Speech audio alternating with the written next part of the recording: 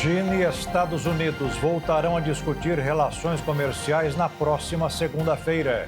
Presidente Donald Trump rompe de vez com o ex-aliado Elon Musk, que ameaça conglomerado do homem mais rico do mundo.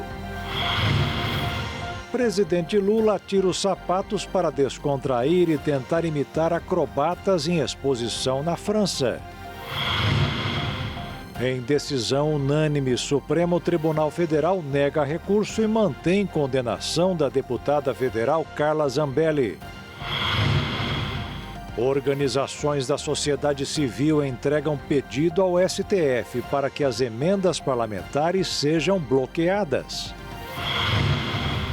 Situação é de alerta em 15 estados brasileiros pela aplicação de vacinas com aumento dos casos de gripe.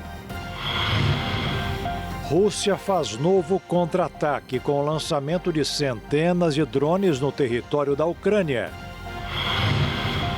Na Semana do Meio Ambiente, levantamento aponta o aumento de mais de 92% do desmatamento da Amazônia. E o censo divulgado pelo IBGE revela queda no número de católicos e aumento dos evangélicos e sem religião. É agora no Jornal das 22.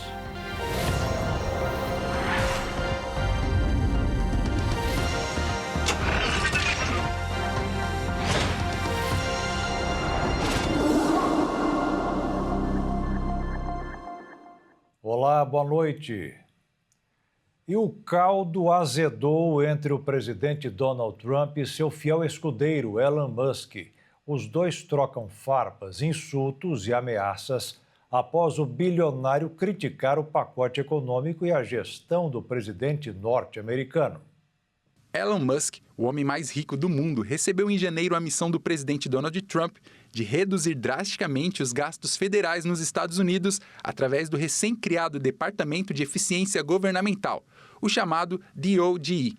Em sua gestão do corte de gastos na administração de Donald Trump, o bilionário gerou uma economia de 150 bilhões de dólares, muito abaixo de suas estimativas anteriores de 2 trilhões de dólares. Na semana passada, o bilionário anunciou que estava deixando o governo dos Estados Unidos e criticou o mega pacote orçamentário do presidente Donald Trump.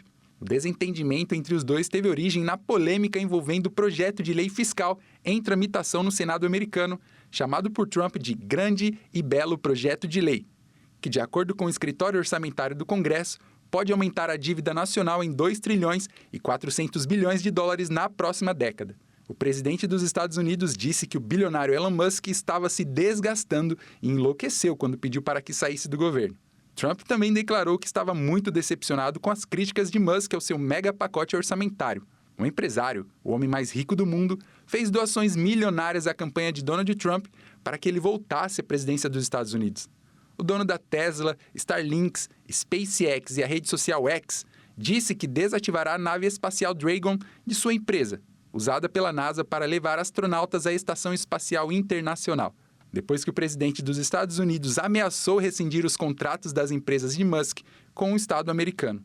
Com um contrato de aproximadamente 5 bilhões de dólares, a cápsula Dragon tem sido a única nave norte-americana da agência capaz de transportar astronautas para a Estação Espacial Internacional, tornando a empresa de Musk um elemento essencial do programa espacial americano.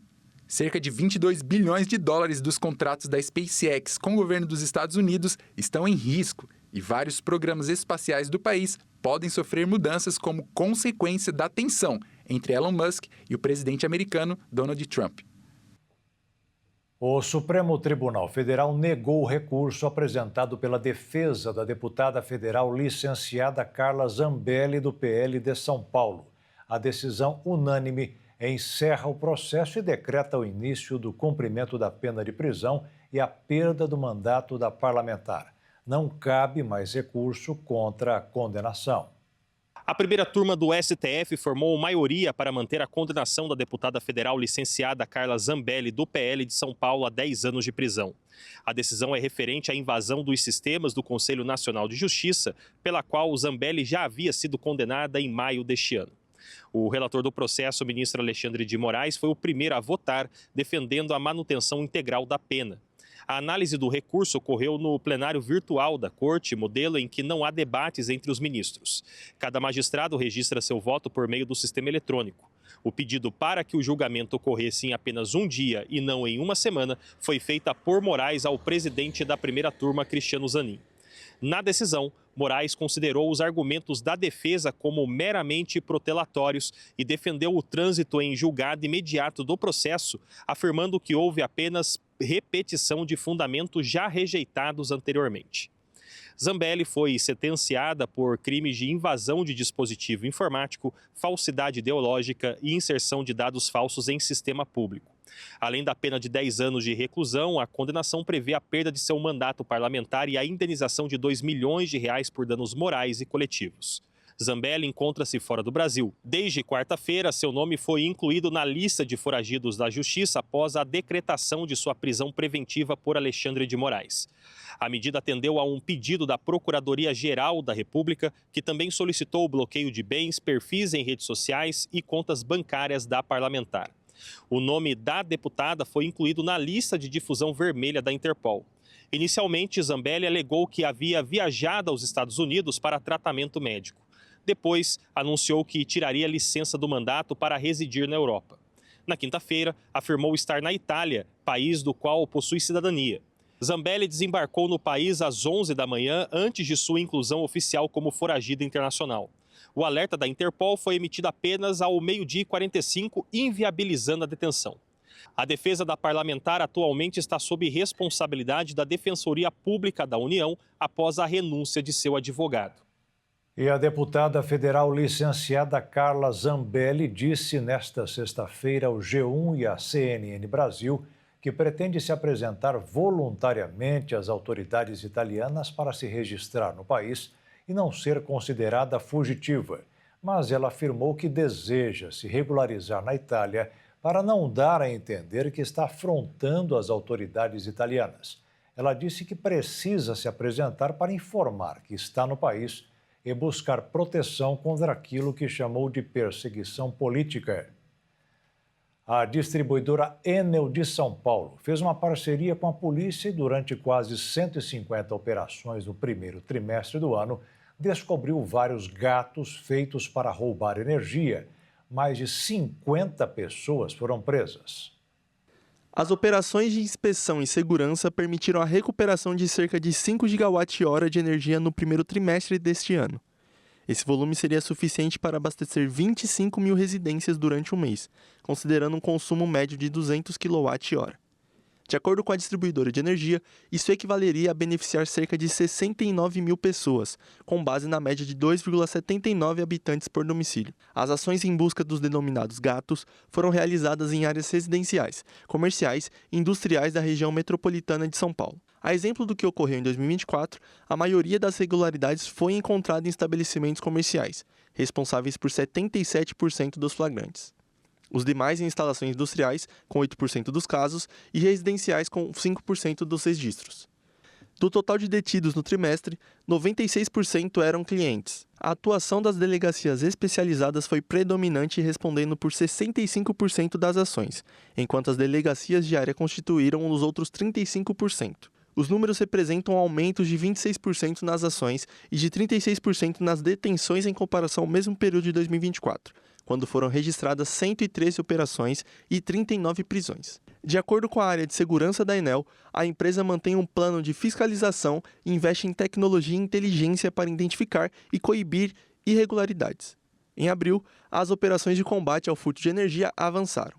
Foram feitas 41 operações conjuntas pela área de inspeção e segurança, com suporte das forças policiais. Essas ações resultaram em 11 prisões em flagrante e na instauração de 30 inquéritos policiais, reforçando a continuidade do trabalho de combate a fraudes na área de concessão da distribuidora. Além de ser crime com pena prevista de 1 a 8 anos de reclusão, as ligações irregulares afetam na piora da qualidade do serviço prestado, prejudicando todos os consumidores da concessionária, com maior número de interrupções e muitas vezes dificultando o retorno da energia elétrica. Em uma das maiores apreensões do ano no estado de São Paulo, a Polícia Rodoviária Federal interceptou um carregamento com 5 toneladas de maconha que estavam escondidas debaixo de uma carga de peixe.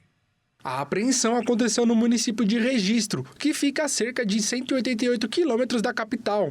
A ação faz parte da Operação Conatos e, para interceptar a carga, a Polícia Rodoviária Federal contou que o setor de inteligência da corporação ajudou no trabalho dos agentes, já que o automóvel era alvo de suspeita. O veículo foi parado na rodovia Reis Bittencourt, no quilômetro 439, e contou com o apoio de cães farejadores, que encontraram quase 300 fardos e 4 tabletes dos entorpecentes escondidos no interior do automóvel e camuflados sob os peixes. Mesmo com a maconha misturada entre os filés de tilápia, o alimento foi preservado em boas condições e está apto para o consumo. De acordo com a Polícia Rodoviária Federal, a carga apreendida será doada para as instituições sociais da região. O condutor, de 24 anos, foi preso em flagrante e relatou aos policiais que receberia a quantia de R$15 mil pelo transporte e que a droga teria saído do Paraguai e o destino seria a capital paulista. Em Belo Horizonte, um rapaz agrediu um recém-nascido de apenas 4 meses. O suspeito disse para os policiais que era um reborn e os pais estavam usando o boneco para furar a fila. Uma câmera de segurança flagrou o momento que Felipe Martins Cruz se aproxima do casal. Eles estão na fila de um trailer de lanches e um homem dá um tapa na cabeça do bebê de apenas 4 meses. Logo após, uma confusão se inicia na parte de fora do local. As pessoas que presenciaram a agressão partem para cima de Felipe e começam a agredi-lo também. Momentos depois, a polícia militar chega ao local. Os pais mostram o ferimento na cabeça e os policiais prendem o agressor em flagrante. Na delegacia, Felipe disse para os policiais que pensou que o casal estava utilizando um bebê reborn para furar a fila do atendimento preferencial. Já a criança foi levada ao hospital. O bebê teve um ferimento na cabeça e um inchaço, mas não corre risco de vida.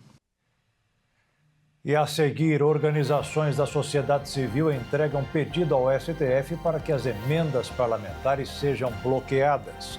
E o presidente Lula tirou os sapatos para descontrair e tentar imitar acrobatas em exposição na França.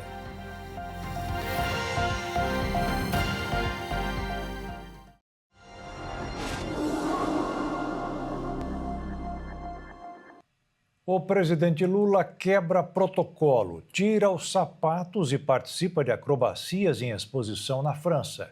A mostra faz parte da temporada Ano do Brasil na França, iniciativa que celebra a cultura brasileira em território francês. Como parte da agenda cultural da visita oficial à França, o presidente Luiz Inácio Lula da Silva interagiu com cenários e instalações inaugurais no Grand Palais, o histórico pavilhão de exposições na principal avenida de Paris. O presidente brasileiro tirou paletó e sapatos para deitar-se em uma plataforma e fotografar os equilibristas na corda bamba, de baixo para cima, com os artistas do espetáculo Vertige. No show apresentam-se acrobatas e highliners, como são chamados os equilibristas em fitas a grande altura. Sem sapatos e de meia, o presidente Lula e o presidente francês Emmanuel Macron estavam acompanhados das primeiras damas Janja da Silva e Brigitte Macron. Eles visitaram a exposição de inauguração da obra Nosso Barco Tambor Terra, criação do renomado artista plástico brasileiro Ernesto Neto. A instalação de grande porte é composta por longas tiras de chita que formam uma estrutura em formato de barco, no interior da qual os visitantes são convidados a experimentar instrumentos de percussão originais de diferentes partes do mundo. O presidente Lula está na França desde quarta-feira. Essa é a primeira visita de Estado de um presidente brasileiro desde 2012, que ocorre dias antes do início da cúpula dos oceanos da ONU em Nice, que será realizado uma sessão inaugural com líderes mundiais no domingo. Enquanto a oposição ao acordo comercial da União Europeia com o Mercosul permanece alta na França. Ao discursar hoje em Paris no encerramento do Fórum Empresarial Brasil-França, diante de uma plateia formada por 500 empresários brasileiros e franceses, políticos e ministros, o presidente Lula ressaltou que é preciso adensar as relações entre as duas nações para que o fluxo comercial entre os países seja ampliado. Para ele, a capacidade de diálogo e as intenções de fazer com que as duas partes possam crescer juntas são fundamentais para que o comércio possa ser fortalecido. Durante o fórum, foram anunciados investimentos de 100 bilhões de dólares em 5 anos, a partir de 2026. Depois de 3 meses seguidos de saques, o brasileiro depositou dinheiro na poupança. Em maio, foram colocados 337 milhões de reais a mais do que sacados no investimento mais popular do país, mas também com a menor rentabilidade. Depois de tanto dinheiro, a poupança passou a acumular este ano pouco mais de 50 milhões de reais em resultado positivo.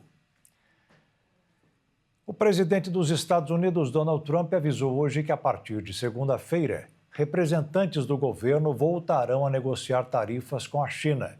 A medida aliviou os mercados financeiros do mundo inteiro. No Brasil, além da possível retomada das conversas em busca de um acordo, continua sobrando a expectativa sobre o projeto que aumenta o imposto sobre operações financeiras. O resultado foram números modestos, com uma baixa de 0,28% na cotação do dólar, que terminou a semana cotada em R$ 5,56. Na Bolsa de Valores, o pregão foi estável, aos 136.102 pontos.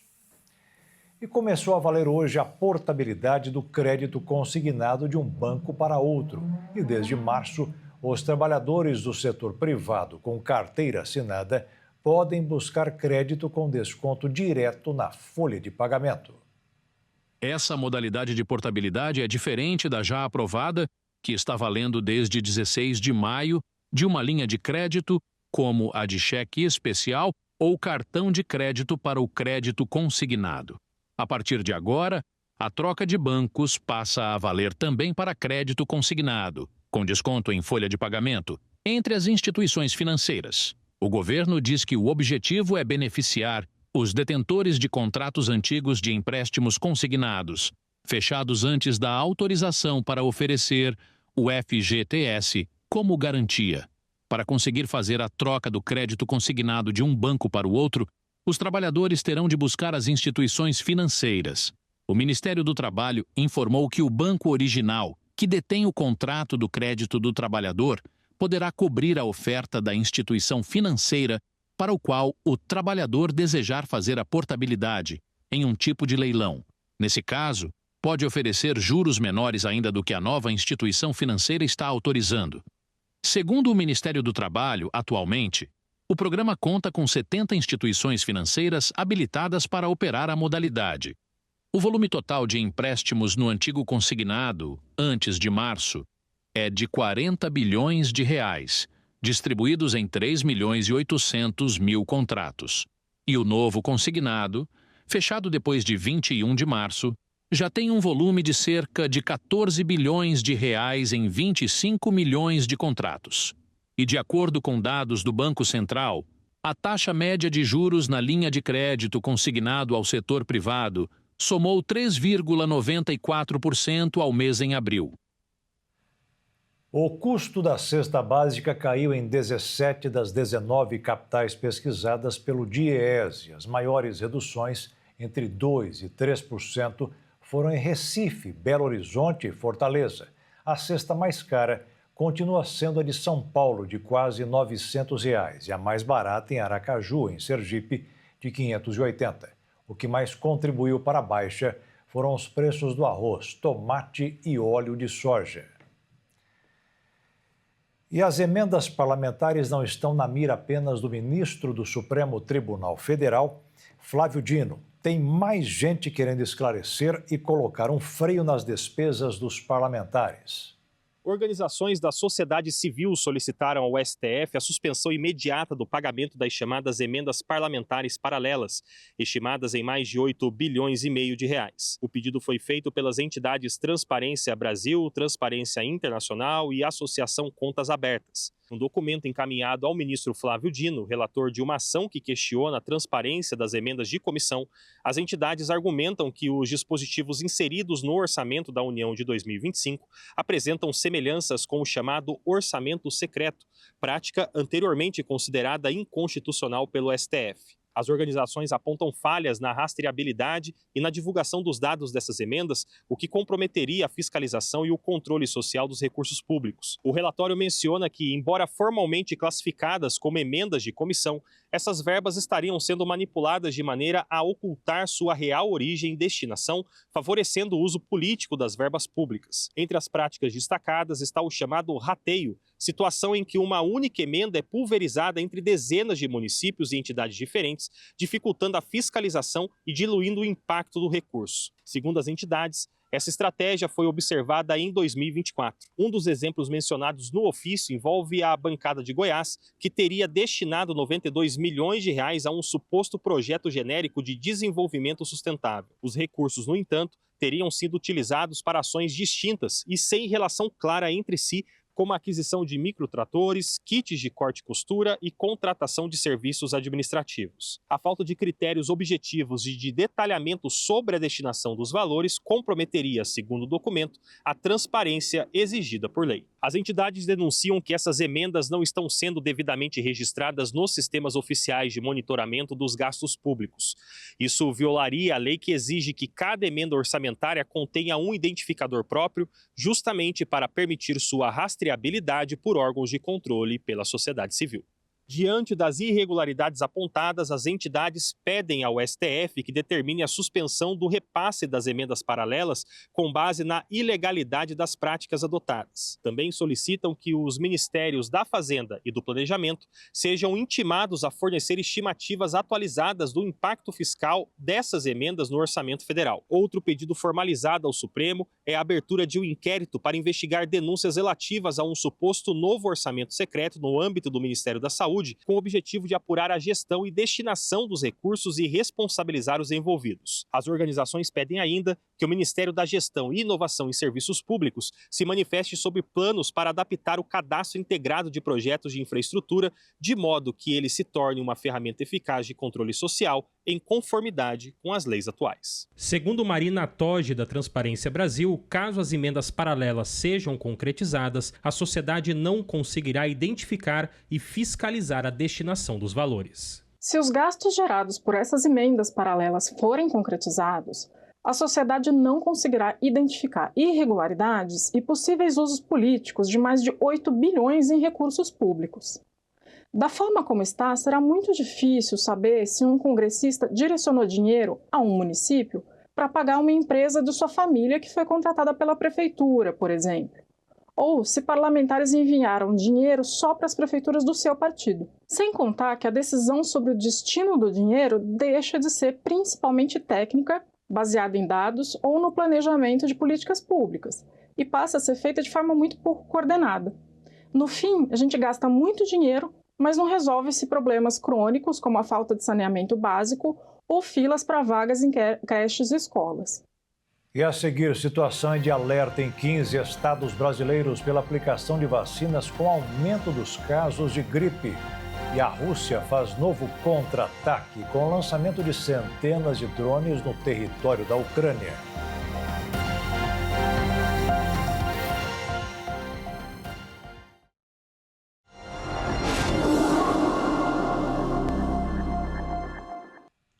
A falta de vacinação colocou 15 estados brasileiros em alerta por causa da gripe. A cobertura do público-alvo continua em menos de 36% e é apontada como a principal causa do aumento dos problemas respiratórios graves. O Brasil enfrenta um novo surto de influenza, com um aumento expressivo nos casos de gripe e internações por síndrome respiratória aguda grave. De acordo com o boletim Infogripe da Fiocruz, divulgado nesta semana, 15 estados e o Distrito Federal estão em situação de alerta, risco ou alto risco. O cenário preocupa especialistas que atribuem a piora à combinação entre baixa adesão à vacinação e maior circulação do vírus influenza A. A cobertura vacinal segue muito abaixo do esperado. Apenas cerca de de 36% do público prioritário foi imunizado contra a gripe, enquanto a meta do Ministério da Saúde é alcançar 90%. Entre os grupos de risco estão crianças, gestantes e pessoas com mais de 60 anos, que têm acesso gratuito à vacina no Sistema Único de Saúde. Com a procura abaixo do esperado, estados como São Paulo e Rio de Janeiro ampliaram a campanha para toda a população. Especialistas da Sociedade Brasileira de Imunizações alertam que o surto atual é mais intenso do que o habitual para o período de outono e inverno.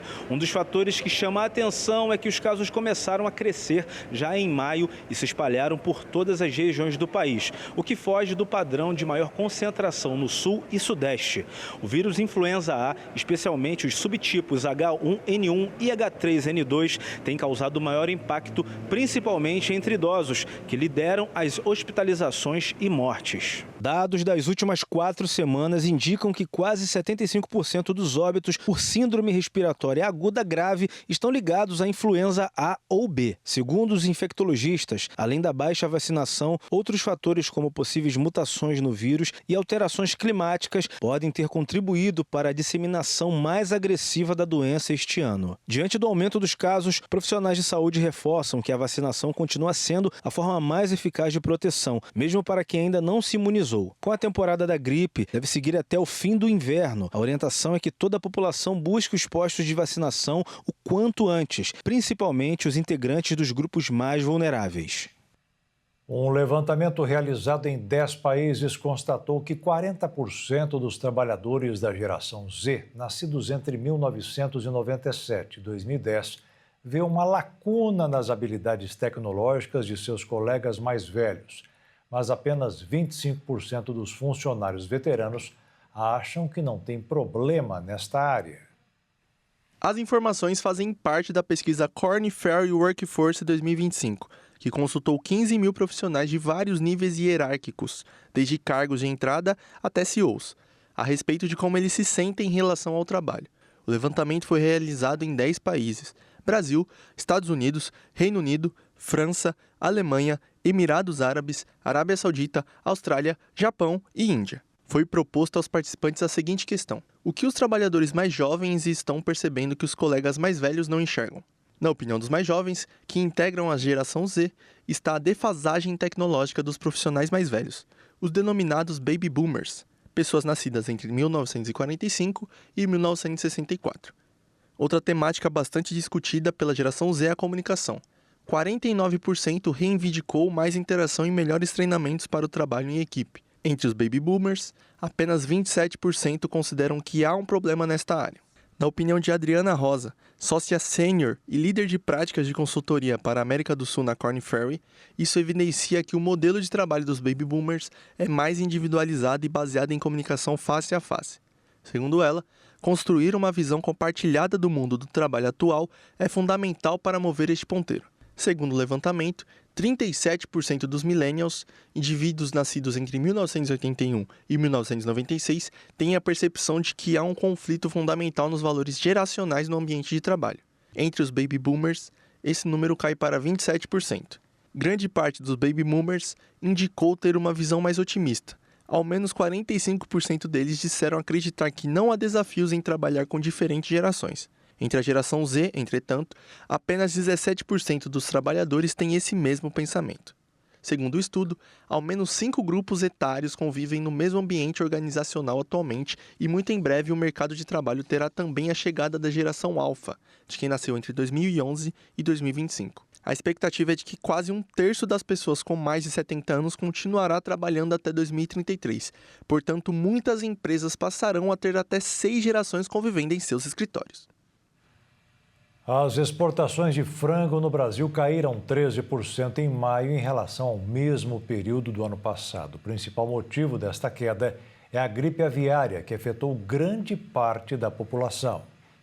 A Associação Brasileira de Proteína Animal, a ABPA, divulgou os números detalhados dos embarques de todos os produtos. As exportações no mês passado somaram quase 400 mil toneladas contra 452 mil no mesmo período do ano passado. Em nota, Ricardo Santin, presidente da ABPA, disse que o impacto foi menor em relação à relevância no histórico de importações dos países com suspensões aplicadas. A ABPA informou ainda que a receita de exportações de carne de frango totalizou 741 milhões de dólares em maio, mas caiu quase 10% ao mesmo período do ano passado. Já a receita registrada nos primeiros 5 meses deste ano chegou a 4 bilhões de dólares e avançou 10%. Vale lembrar que o país viveu uma queda considerável nas compras de frango recentemente. Alguns importadores importantes, como a China, suspendeu a compra de carne em todo o país, enquanto o Japão, outro grande importador, vetou a compra apenas na região de Montenegro, no Rio Grande do Sul. Carlos Fávaro,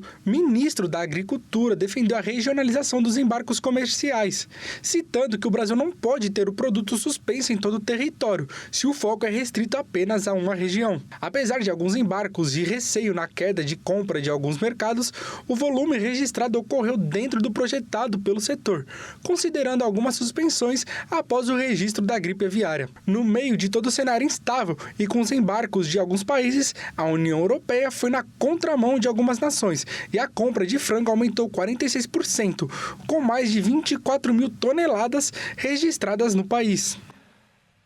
O Ministério Público Federal denunciou o homem acusado de ser o mandante do assassinato de Bruno Pereira e Dom Phillips.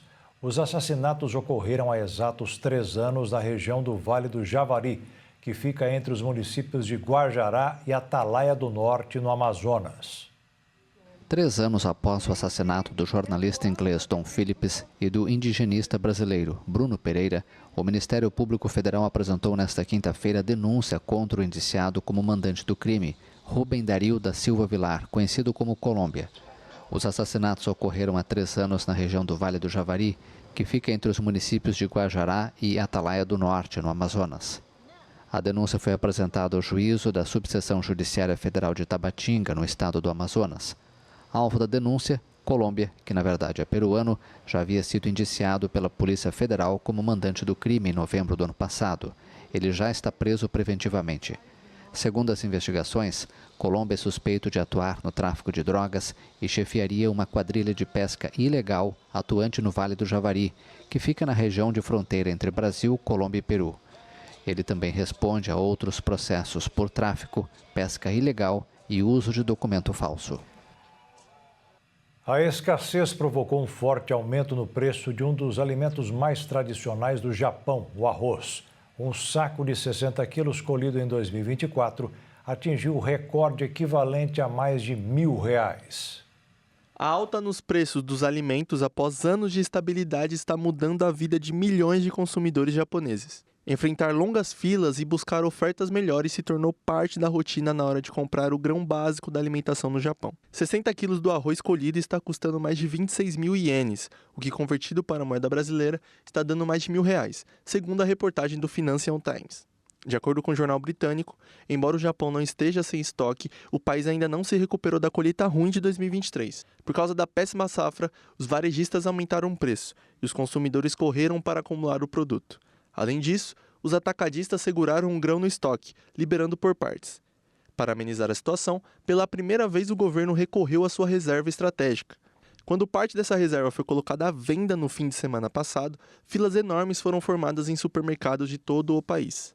Cooperativas chegaram a contatar os agricultores buscando comprar direto. Em troca, os produtores protestaram em Tóquio no mês de maio. Em Atami, cidade litorânea sudoeste de Tóquio, o estoque de arroz de uma empresa agrícola havia se esgotado completamente poucos minutos após a abertura das portas. Ao ser perguntado sobre quando seria a próxima venda, a cooperativa disse que não havia uma previsão. A disparada no preço do arroz não está afetando apenas o bolso dos moradores do país, mas também os estabelecimentos. O número recorde de restaurantes faliram no último ano. O governo do primeiro-ministro Shigeru Ishiba tem se esforçado para combater a disparada no preço do produto popular no Japão, liberando os estoques do grão antes das eleições. Segundo analistas, isso deve se refletir no descontentamento popular com a inflação e o preço do grão. Ishiba está montando um comitê especial no gabinete para discutir uma reforma urgente na política do arroz.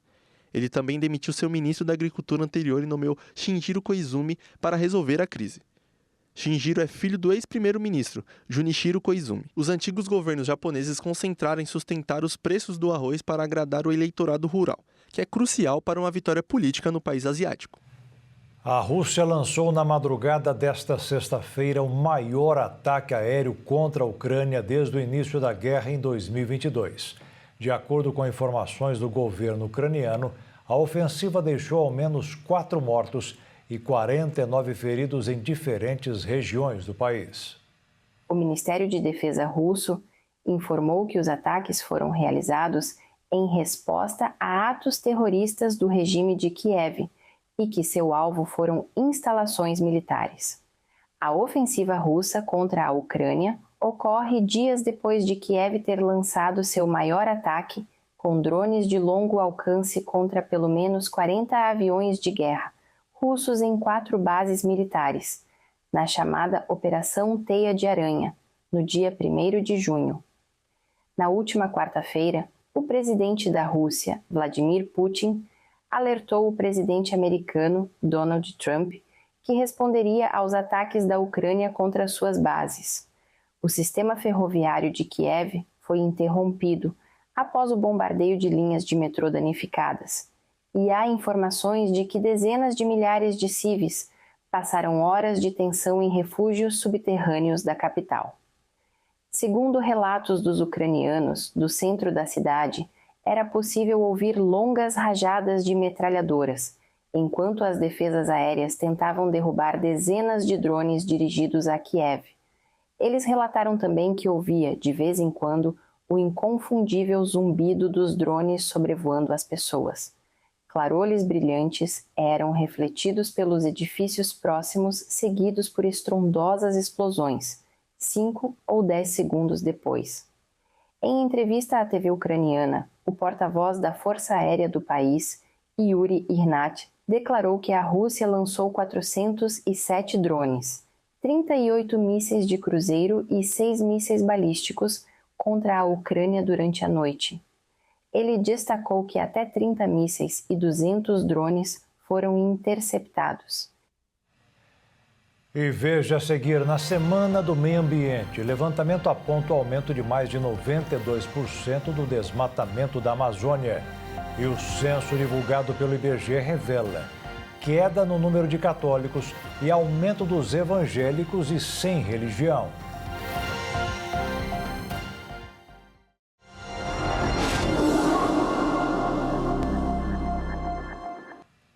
O desmatamento na Amazônia quase dobrou em relação ao mesmo mês no ano passado. De acordo com o governo, a devastação aconteceu por incêndios e colapsos de florestas.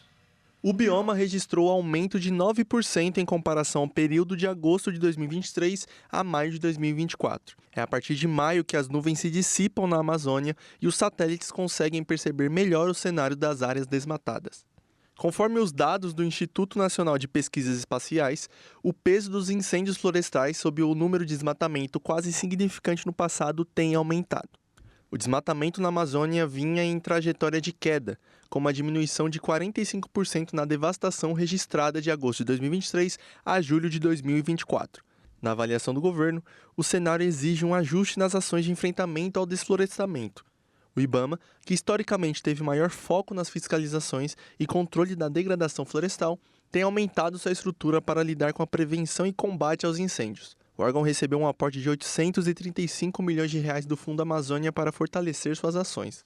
Um dos destaques recentes foram os embargos remotos por desmatamento ilegal feitos pelo IBAMA em 5 mil propriedades na Amazônia, totalizando mais de 500 mil hectares embargados desde agosto do ano passado. O governo federal prometeu zerar o desmatamento em todos os biomas até 2030. As aves que habitam uma ilha remota da Austrália ingerem plástico por confundirem com alimento.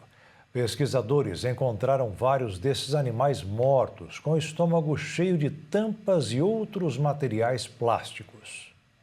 Os responsáveis pela descoberta descreveram como angustiante ver o plástico no estômago de aves, incluindo filhotes com menos de 3 meses de idade.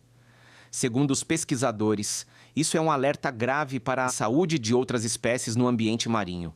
A última viagem do grupo levou à descoberta de uma ave morta com 778 pedaços de plástico compactados em seu estômago como um tijolo. Isso superou o triste recorde do ano passado, quando uma ave foi encontrada contendo cerca de 400 pedaços. Os pesquisadores acreditam que as aves marinhas têm pescado pedaços de plástico do oceano e dado como alimento aos seus filhotes. A ilha Lord Howe é lar de apenas 445 pessoas e está listada no Patrimônio Mundial da Organização das Nações Unidas por sua paisagem vulcânica e numerosas espécies de aves. É o lar de cerca de 44 mil pardelas de pés carnudos, também conhecidas como pardelas de asas escuras ou aves carneiro, que se reproduzem na ilha antes dos filhotes deixarem o ninho e voarem para o Japão, com cerca de 90 dias de idade. Elas passam até 7 anos de suas vidas no mar antes de retornarem à ilha para se reproduzir. Os pesquisadores vasculharam a praia em busca de aves mortas e realizaram necropsias para ver o conteúdo de seus estômagos. Eles também lavaram os estômagos de aves vivas com água em um procedimento. Algumas delas foram encontradas contendo até 60 gramas de plástico, o que corresponde a até 20% de sua massa corporal. O plástico está sendo dado como alimento aos filhotes por seus pais, que o confundem com comida enquanto pescam no mar da Tasmânia devido ao sinal químico que ele emite. Um terremoto de magnitude 6,4 foi registrado nesta sexta-feira na região do Atacama, no norte do Chile. Segundo as autoridades, 23 mil clientes tiveram o fornecimento de eletricidade interrompido na região do Atacama. Já o epicentro aconteceu a cerca de 1.600 quilômetros da capital, Santiago. O tremor foi registrado a uma profundidade de 76 quilômetros. A candidata presidencial, Carolina Torra, concedia uma entrevista quando ocorreu o tremor. O Chile é um dos países com maior atividade sísmica do mundo. O esporte revela novos talentos a cada dia. Um exemplo é o jovem Pedro Lobo. Com apenas 15 anos, o piloto de Mato Grosso do Sul vem ganhando destaque nas pistas de motocross. Com apenas 15 anos, Pedro Lobo se destaca como uma das grandes revelações do motocross em Mato Grosso do Sul. O jovem piloto tem demonstrado habilidades excepcionais nas pistas, conquistando resultados expressivos em competições estaduais e nacionais. Muito importante, né? Muito legal estar representando o estado. Já faz um tempo que eu moro aqui, mais ou menos 10 anos que eu moro aqui. Eu nasci em Minas, com 4 anos eu vim para cá e aí comecei a morar aqui e aí comecei no motocross, comecei inclusive a andar aqui no motocross em Campo Grande, não andava lá em Minas. E para mim está sendo uma ótima oportunidade de representar o estado. São poucos pilotos do estado, tem uns amigos meus inclusive que treinam comigo lá em Santa Catarina, que é daqui do estado, lá de Dourados e tal. Então para mim está sendo uma ótima experiência, muito bom. Na sua mais recente competição, Pedro alcançou resultados notáveis, subindo ao pódio tanto na classificação geral quanto na individual. Essa última corrida que foi lá em Cuiabá, no Brasileiro de Motocross, foi uma corrida muito boa para mim, meu melhor resultado no Campeonato Brasileiro de Motocross, que eu fiquei em terceiro. Acabei não tendo uma largada tão boa no começo, fiquei ali em oitavo, sétimo, aí fui passando, buscando e no final consegui pegar terceiro, que foi uma ótima colocação para o campeonato e para mim também. Sinal que eu estou evoluindo bastante durante esse período, que no começo do campeonato comecei em sexto, sétimo e agora estou em terceiro, então muito bom. Natural de Minas Gerais e criado em Mato Grosso do Sul, Pedro vem se destacando no Campeonato Brasileiro de Motocross. Sua próxima competição será em Palmas e as expectativas são altas para mais uma performance de destaque. As expectativas sempre são das melhores. Lá em Palmas não vai ter a minha categoria 125, mas vai ter uma categoria acima. Então eu vou lá mais para pegar uma bagagem boa, uma experiência melhor e já ir acostumando com as outras categorias, mas sempre procurar dar meu melhor em tudo. De acordo com o IBGE, cristãos evangélicos batem recorde e chegam ao seu maior índice da história, mais de 53 milhões de brasileiros. Igrejas lotadas, pessoas orando e louvando. E a palavra de Deus sendo pregada. Amém. Glória a Deus, Jesus é bom em todo o tempo. E assim, muitos brasileiros estão escolhendo viver sob os ensinamentos do Evangelho. A mais recente pesquisa sobre religiões no país, divulgada pelo IBGE, mostra que os evangélicos bateram recorde. De cada 4 brasileiros, um é evangélico. De acordo com o censo, os católicos representam 56,7% da população, o menor percentual da história. Em seguida, aparecem os evangélicos, com 26,9%, o maior de todos os tempos. Em terceiro estão as pessoas com nenhuma crença, com 9,4% da população. Outras religiões fecham a lista com 2,8%. O pastor Antônio Vitor, da Igreja Internacional da Graça de Deus, acredita que o número de evangélicos pode ser ainda maior. Claro que de tudo isso, dessas pesquisas que nós estamos falando, nós não estamos numa competição.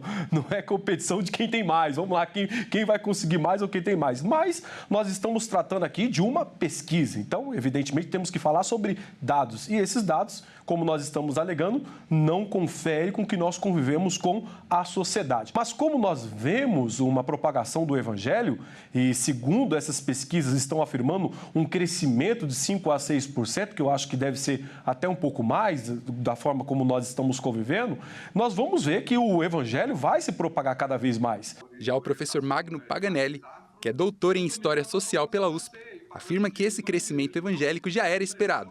Mas dentro desse grande número, há aqueles que se denominam evangélicos não praticantes. O aumento, o crescimento da população evangélica no Brasil já era esperado, era uma tendência já divulgada.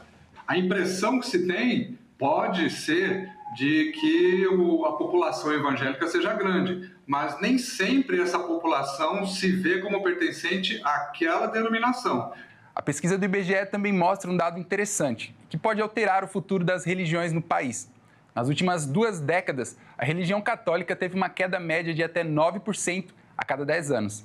Já os evangélicos têm crescido 6% no mesmo período.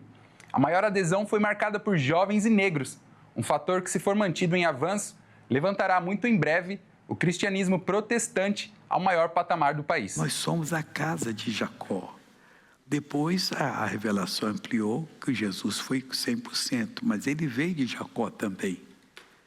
E diz aqui que nós temos que andar na luz do Senhor. O que é isso? A revelação da palavra de Deus. E o Jornal das 22 termina aqui. Uma boa noite para você, aproveite bem o fim de semana e fique na paz. Tchau.